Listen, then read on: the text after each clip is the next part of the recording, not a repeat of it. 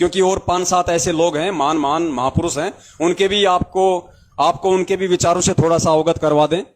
और बाकी तो बहुत है पुण्यात्माओं, सैकड़ों की संख्या में है, लेकिन दास ने छांट के रखे हैं कुछ 10-12 हीरे मोती लाल, जिनकी चमक आजकल संगत में कुछ ज्यादा फैल रही है। तो संगत वालों को भी तो मालूम पड़े कि लाल हैं या फिर लालड़ी हैं, ताकि वो भाई बहन सावधान हो सके। अब आगे चलिए। दूसरी महान विभूति हरियाणा से है, रोहतक से है, गांव गांधरा, नाम है उनका बसंत सैनी। और ये वही बसंत सैनी है जिसको सतलोक आश्रम मैनेजमेंट हरियाणा की मुखिया महेंद्र भगोड़े की तरफ से वर्तमान में भगत समाज को सार शब्द देने की सेवा दी गई है। जिनके ऊपर सार शब्द का जिम्मा है, जिनके कंधों पे ये महान सेवा है, यही बसंत सैनी है जो लोगों को सार शब्द दे रहा है। अब पुण्यात्माओं, मजे की बात यह है कि बलात्कारी सार शब्द दे रहा है। जी हां, बलात्कारी। पुण्यात्माओं, अगर नाम लेने से पहले अगर इसने ऐसा कर्म नहीं किया होता तो मैं जिक्र नहीं करता, लेकिन नाम दीक्षा लेने के बाद यदि कोई ऐसा कर्म करे, ऐसा बलात्कार वाला कर्म करे, और वो भी सार नाम लेने के बाद 2009 में, आप उसको क्या कहोगे? जी, ये वही बसंत सैनी है, गांव गांधरा, जिला रोहतक, हरियाणा वाला, रूपदास का भाई, रूपदास सैनी का भाई बसंत सैनी, जो वर्तमान में रोहतक के सिंहपुरा आश्रम में पाठ प्रकाश करता है। एक बलात्कारी पाठ प्रकाश कर रहा है और लोग उस प्रसाद को खाके सतलोक जाने की सोच रहे हैं। ये वही बसंत सैनी है जो आज वर्तमान में सार शब्द दे रहा है, क्योंकि सार शब्द देने की जिम्मेदारी महेंद्र भगोड़े ने इसी को दी है। और आपको बताते हैं 2009 में यही बसंत सैनी एक भगत था, सतलोक आश्रम बरवाड़ा में सेवादार था, और वो अपना एक किराए पे कमरा लेके वहीं रहता था बरवाड़ा में अपनी भक्तमती के साथ में। और ये जो बसंत सैनी है, उस समय तक इसको सारनाम मिल गया था, और इस बसंत सैनी का उस भगत की भक्तमती के साथ में 4 आंखें हो गई, उन दोनों की सेटिंग हो गई। रोज वहां जाके ये अपना काला मुंह करके आता था, उसके साथ शारीरिक संबंध बनाता था। शादीशुदा होने के बाद ये नालायक, पता नहीं है कि नहीं, मुझे नहीं पता इसका, लेकिन सारनाम लेने के बाद की बात कर रहा हूं मैं इसकी। वहां उस सेवादार की भक्तमती के साथ बरवाड़ा में रोज जाके अपना काला मुंह करके आता था रोज। एक दिन इसने गुरुजी की सफारी गाड़ी उठाई और काला मुंह करने के लिए चल दिया। पीछे से मालिक अंतर्यामी थे। परमेश्वर ने कहा, अरे वो बसंत सैनी कहां गया? उन्होंने कहा, गुरुजी अभी भी गया आपकी सफारी लेके, हमने सोचा कि आपने कहीं कोई सेवा में भेजा होगा। बोला, जाओ उस नालायक का पीछा करो और देखो क्या है क्या नहीं है। तो भक्तों ने तुरंत उसका पीछा किया। उसने तो वहीं जाना था, और जाना कहां था? पुण्यात्माओं, इस नालायक को उन सेवादारों ने बिना कपड़े के पकड़ा, बिना कपड़ों के, नंगा उन दोनों को, और उन सेवादारों ने वहीं से इसकी धुलाई शुरू कर दी, वहीं से इसकी पिटाई शुरू की, और आश्रम में पीटते पीटते लेके आए। आश्रम में आने के बाद इसको परमात्मा ने आश्रम से बाहर निकाल दिया। लेकिन इन नालायकों की वहां पूरी सेटिंग थी। इसने महेंद्र के पांव पकड़े, महेंद्र से इसने विनती की अपने दूसरे गुरु से, और महेंद्र ने फिर कैसे क्या किया क्या नहीं किया भगवान जाने, वापस इसकी आश्रम में एंट्री करवाई। तो पुण्यात्माओं, ये बलात्कारी, ऐसा कुकर्मी आदमी जिसकी शकल देखना भी महापाप है। परमात्मा कहते हैं, पापी प्रभात ना भेटो, मुख देखे पाप लगे जिसके, 9 मास गर्भ त्रास दई, धिक्कार जन्म उसकी मां का। ऐसे व्यक्तियों की तो माताओं के भी गर्भ को धिक्कार है, और ऐसा व्यक्ति आज आपको सारा शब्द दे रहा है। पुण्यात्माओं, ये प्रमाण, ये सबूत आपको दुनिया में नहीं मिलेंगे दोबारा। और आज भी अगर कोई नहीं जागा, इन वीडियो को देख के भी, इन प्रमाणों को देख के भी, आज भी अगर किसी की आंख नहीं खुली, वो व्यक्ति पुण्यात्माओं सतगुरु का नहीं है, फिर वो काल का एजेंट है। वो चाहे भगत हो, चाहे वो मैनेजमेंट का हो। तो विचार करना पुण्यात्माओं, आप किस कुकर्मी के माध्यम से अपने आत्मा के गर्भ में वो बीज डलवा रहे हो, और बीज भी फर्जी। यानी ना तो आपका ये बीज काम करेगा, ना तो ये कोई सार शब्द है ही नहीं, सार शब्द को देने की चीज है ही नहीं। आपको देगा कौन? ये तो ड्रामा किया जा रहा है काल भगवान की तरफ से, आप लोगों को इस भक्ति से नीचे गिराने के लिए। वो तो कुछ भी करेगा इस समय, और सब कुछ कर रहा है और करके छोड़ेगा। पुण्यात्माओं, संभल के आप लोगों ने रहना पड़ेगा। आगे इस बसंत सेन आगे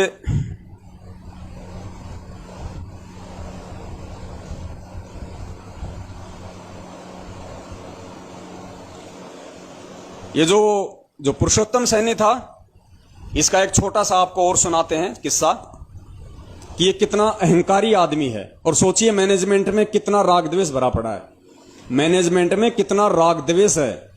आप सबको पता है कि उत्तर प्रदेश का स्टेट कोऑर्डिनेटर कौन है? उत्तर प्रदेश का स्टेट कोऑर्डिनेटर है संजीव हुड्डा। अब इनकी 2 साल पहले हो गई थी भयंकर रूप से इनकी लड़ाई, 2-3 साल पहले।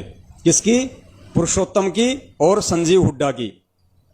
और महेंद्र की कोर्ट में इनका मुकदमा गया और पुरुषोत्तम ने यह कह दिया कि भैया अगर मुझे अपनी गैंग में रखना है तो मैं तो हिमाचल प्रदेश का और उत्तर प्रदेश का दोनों स्टेट का कोऑर्डिनेटर बन के रहूंगा।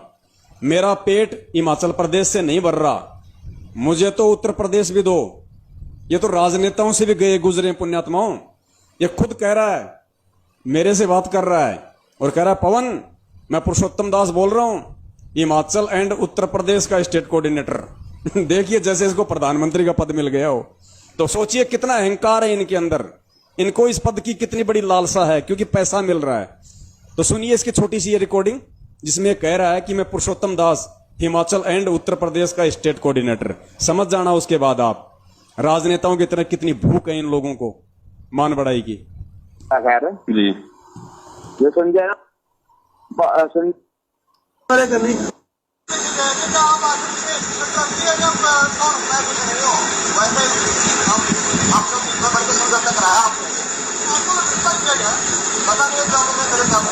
समझौते वाला चल रहा है। जो आगे से जिन लोगों पर आरोप है पूरे मामले को या लोगों को भड़काने से ऐसे लोगों को अब सुनना अब आएगा इसका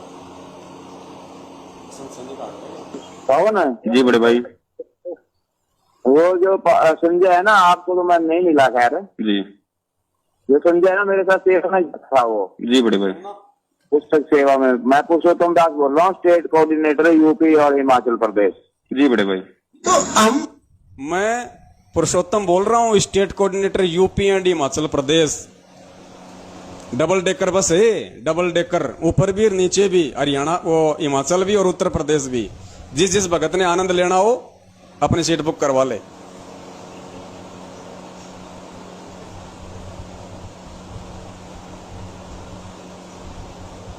तो इसका आपने सुन ही लिया। उसके बाद फिर आपको सुनाएंगे बसंत सैनी का, उस बलात्कारी, उस कुकर्मी व्यक्ति का कि कितना बड़ा धोखेबाज आदमी है और महेंद्र का कितना बड़ा चमचा है। मध्य प्रदेश में सत्सेवकों का समागम था, इनको मालूम पड़ा, पहले ये गुंडे वहां जाके बैठ गए अपने अन्य बदमाश साथियों को लेके। वहां पे हमारा समागम फेल हो गया, भाई वहां जाएंगे फालतू में झगड़ा होगा, लफड़ा होगा, कोई मतलब नहीं है। तो वहां जाके ये लोग वहां बैठ गए, कौन? विष्णु साहू और ये बसंत सैनी। और वहां जाके फिर वहां पे क्या प्रवचन दे रहा है और उस प्रवचन के लास्ट में क्या बोल रहा है पता है? ध्यान से सुनना। महेंद्र की महिमा का गुणगान कर रहा है कि महेंद्र को तो गुरुजी ने 2005 में ही नाम देने का आदेश दे दिया था। गुरुजी ने महेंद्र को 2005 में ही नामदान देने का आदेश दे दिया था। अब बताओ पुण्यात्माओं, परमेश्वर ने कभी किसी सत्संग में कही ये बात? कहा कभी परमेश्वर ने? गुरुजी कहते कि नामदान देना कोई बच्चों का काम नहीं है, इस दास के अलावा कोई नाम नहीं दे सकता वरना वो पाप का भागी बनेगा। अगर कोई भी ऐसा सत्संग हो जिसमें गुरुजी ने कहा हो कि कोई दूसरा नाम देगा या मेरा भाई महेंद्र उसको मैंने नाम देने का आदेश दे दिया, फिर ये किसकी गुलामी कर रहा है, किसकी चापलूसी कर रहा है? और फिर एंड में कह रहा है कि गुरुजी ने तो यहां तक जेल से चिट्ठी लेके भेजी है कि जो महेंद्र दास के आदेश नहीं मानेगा वो पता नहीं कौन से नरक में जाएगा। तो पुण्यात्मा ध्यान से सुनना इन मंद बुद्धियों की ये बातें।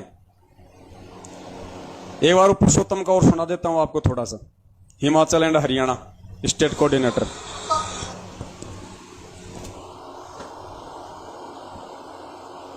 कौन है? जी बड़े भाई। वो जो संजय है ना, आपको तो मैं नहीं मिला। खैर जी जो संजय है ना मेरे साथ सेवा में था वो। जी बड़े भाई। पुस्तक सेवा में। मैं पुरुषोत्तम दास बोल रहा हूँ, स्टेट कोऑर्डिनेटर यूपी और हिमाचल प्रदेश। जी बड़े भाई। तो हम परमात्मा ने हमारे को अपना काम दे रखा है। अब सुनो बसंत सैनी जो मूर्ख संगत को सारनाम दे रहा है, उसके विचार सुनो क्या बोल रहा है। कोई सेवा मर्यादा मेरे करनी, वो लोगों के बेकार में ना आकर के अपना काम इतना करते रहे कि अपना भक्ति तो कर ले, नियम में रह के। उसका नियम टूट गया, अब तो खत्म हो गए। बिल्कुल सही बात। तो गुरु जी ने मोहनलाल जी के लिए, महेंद्र भगत जी के लिए स्पेशल लेटर लिखा था भाई के भगत जी, मैं यहाँ से जो आदेश, वो आदेश भगत जी देखें, अगर वो कैसे एप्लीकेबल हो सकते हैं वो अपने अनुसार कर लें। बिल्कुल सही बात। कैसे एप्लीकेबल हो सकते हैं वो अपने अनुसार कर लें। बिल्कुल सही बात। क्योंकि मैं तो जेल से लिख के दे रहा हूँ, ये मालिक का खेल है। फिर मैं जो आदेश देता हूँ वो बाहर कैसे एप्लीकेबल करने हैं वो भगत जी देखे, उसमें वो चेंजमेंट कर सकते हैं। भगत जी चेंजमेंट कर सकते हैं, उनमें अपने अनुसार कर सकते हैं। जब 2006 में नाम देने तक का आदेश दे दिया था, और अब जब 2006 में नामदान देने तक का आदेश दे दिया था, तो आज गुरुजी के आदेश को चेंज क्यों नहीं कर सकता?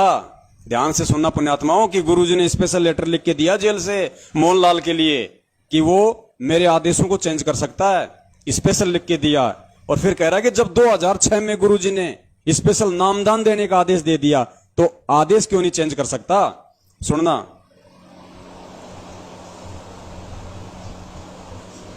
हमारे करनी, वो लोगों के बेकार में ना आकर के अपना काम इतना करते रहे कि अपना भक्ति तो कर ले, नियम में रह के। उसका नियम टूट गया, अब तो खत्म हो गए। बिल्कुल सही बात। तो गुरु जी ने मोहनलाल जी के लिए, महेंद्र भगत जी के लिए स्पेशल लेटर लिखा था भाई के भगत जी, मैं यहाँ से जो आदेश, वो आदेश भगत जी देखें, अगर वो कैसे एप्लीकेबल हो सकते हैं वो अपने अनुसार कर लें। बिल्कुल सही बात। क्योंकि मैं तो जेल से लिख के दे रहा हूँ, ये मालिक का खेल है। फिर मैं जो आदेश देता हूँ वो बाहर कैसे एप्लीकेबल करने हैं वो भगत जी देखे, उसमें वो चेंजमेंट कर सकते हैं। भगत जी चेंजमेंट कर सकते हैं, उनमें अपने अनुसार कर सकते हैं।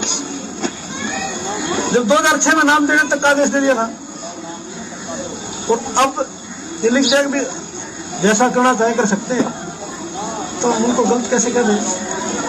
और गुरु जी ने कहा लटार पीछे जब महेंद्र भगत जी के बारे में जो गलत सोचता है, पता नहीं कौन से नरक में जाएगा। क्या तक लिखा था गुरु जी? पता नहीं कौन से नरक में जाएगा जो महेंद्र भगत जी के बारे में गलत सोचता है, और इसको खुद पता नहीं कि तू और तेरा गुरु महेंद्र कौन से नरक में जाओगे। इन्हें खुद का ज्ञान नहीं है। गुरु जी कहते हैं पंडित और मसालची दोनों सूझे नाई, और न करे चानना रहे आप अंधेरे माई।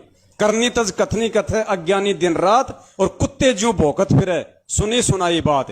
ये दोनों बाप बेटे ये कुत्ते की भूमिका में है, महेंद्र और उसका ये पालतू बेटा, ये पालतू कुत्ता बसंत सैनी। बेटा नहीं है, अब बेटा हो गया जब अपना वो गुरु बना लिया तो समझ भाई, ये संकेत इशारे हैं।